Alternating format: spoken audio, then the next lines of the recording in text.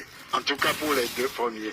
Et nous savons également que les résultats proclamés n'ont jamais été ce qui est sorti des urnes. Donc à partir de là, nous ne pouvons pas censurer celui que nous avons présenté comme candidat, puisque lui, il a fait son devoir, il a travaillé, les électeurs ont voté pour lui, mais il se trouve qu'au Togo, il ne suffit pas seulement de gagner les élections, mais il faut se battre encore pour pouvoir obtenir les résultats probants. Nous nous battons, mais nous ne savons pas prendre les armes. C'est tout ce que nous pouvons nous reprocher. C'est pour cela que la confiance a été renouvelée à M. Jean-Pierre Fabre au cours de ce Conseil national et des 10 ans de l'ANC, parce qu'il n'a pas failli. Avec tous les actes qu'il a posés, et sûrement avec ses camarades de lutte, cela mérite qu'on lui renouvelle la confiance. C'est ce que nous avons fait le 10 octobre dernier. Patrick Lawson,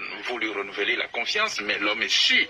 Vous le savez, beaucoup de critiques, et ça ne date pas d'aujourd'hui. Avant, pendant et même après les élections, les moindres mots de Jean-Pierre Fabre sont scrutés et même critiqués avec véhémence. Mais la nature humaine est ainsi faite. C'est fait de jalousie, c'est fait d'arrière-pensée. Qu'a-t-il fait de particulier pour qu'il soit ainsi critiqué? Mais ce que je peux dire, c'est que ce n'est pas le peuple qui le critique. C'est une certaine classe politique et certaines personnes qui le critiquent. Si c'est le peuple qui le critiquait, son parti n'aura pas les résultats qu'il a eus jusqu'à présent. C'est normal. Quelqu'un qui réussit est toujours critiqué. Il y a toujours le sentiment de jalousie. Il y a parfois également des frustrations. Ceci dit, Jean-Pierre n'est pas un surhomme. Sûrement qu'il commet certaines erreurs, mais nous voudrions que ces erreurs-là lui soient reprochées d'une façon objective, pas seulement sur des questions subjectives et que nous ne comprenons pas. La seule chose qui nous chagrine, c'est que nous ne parvenions pas encore à soulager ce peuple meurtri, ce peuple martyrisé, ce peuple qui souffre. C'est pour toutes ces raisons que nous aurions souhaité être à la tête de ce pays pour apporter le changement que nos parents ont voulu imprégner à ce pays avant que le 13 janvier 63 il ne soit emporté. Le résultat obtenu par votre parti et votre candidat à la dernière élection présidentielle n'est pas un désaveu pour votre parti, vous dites.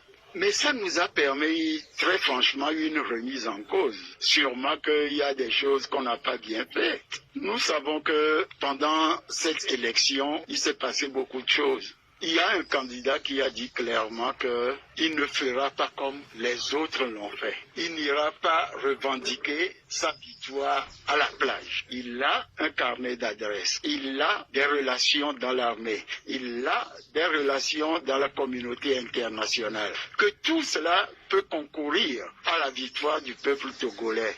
Le peuple y a cru et a voté pour lui. Ce n'est pas un reproche, puisqu'on ne peut jamais reprocher à un peuple d'avoir émis un vote. Le peuple togolais a voté pour lui, ça veut dire que vous croyez en sa victoire? Nous croyons qu'il nous a devancés, nous, puisque lorsque nous avons eu tous les procès-verbaux, le problème qu'on a eu, c'est que ces procès-verbaux donnent des résultats qui n'ont rien à voir avec la réalité. Parfois, le suffrage exprimé dépasse le nombre de votants, ainsi de suite. Et nous nous sommes dit que ces élections sont sorties complètement de leur cadre.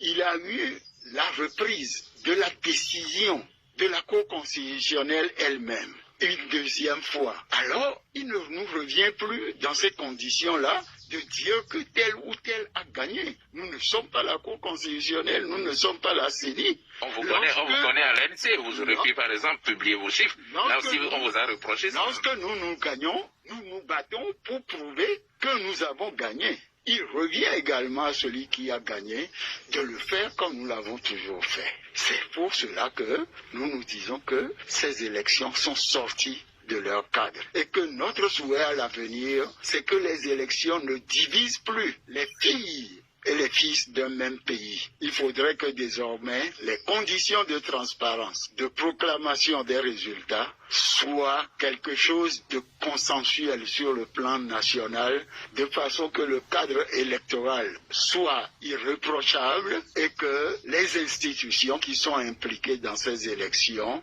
ne soient plus inféodées au régime. Voilà nous notre position. Nous nous sommes tus pendant 8 mois. Qu'il a fait ici au Togo pour laisser ceux qui nous ont devancés s'exprimer sur ce qu'ils vont faire. L'un dans son camp et l'autre dans son camp. Ou ensemble les deux nous proposer une solution de sortie de crise. Nous ne l'avons pas eu. C'est pourquoi nous, en tant que parti politique, on ne peut pas se taire éternellement. Nous avons décidé de reprendre notre bâton de pèlerin. Tourner la page? Tourner la page, je ne connais pas ce mot. Puisque si on devrait tourner la page, nous, on l'aurait tourné déjà en 98, en 2003, en 2005, en 2010, en 2015. C'est une lutte permanente. Élection ou pas, on doit parvenir à obtenir les conditions transparentes des élections pour que le pire n'arrive pas dans ce pays. Et quand nous aurons cela, il faudrait que, ensemble, opposition comme ceux qui confisquent leur pouvoir, puissent discuter afin que notre pays redémarre. Les injures, ce ne sont pas nos affaires. Vous relancez avec des amis sérieux. Comment ça va se faire, Monsieur Patrick Lawson?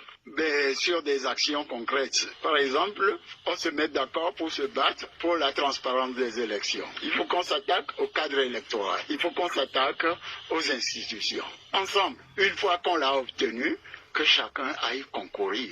J'entends des gens comparer la situation ivoirienne à la situation togolaise. En manifestation et en regroupement, le Togo est plutôt un précurseur. L'opposition togolaise a démontré ce qu'elle est en mesure de faire. Ce qui se passe en Côte d'Ivoire et qu'on peut leur envier, c'est qu'ils ne posent pas des préalables du genre la candidature unique.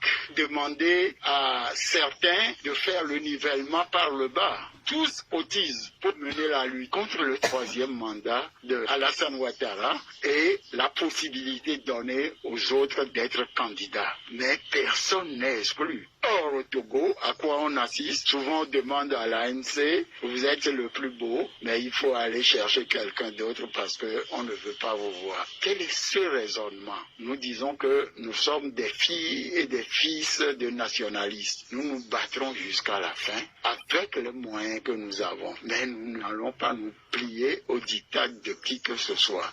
C'est pour toutes ces raisons que les gens disent souvent que nous ne sommes pas rassembleurs. Nous sommes rassembleurs. C'est eux qui nous posent des conditions d'exclusion.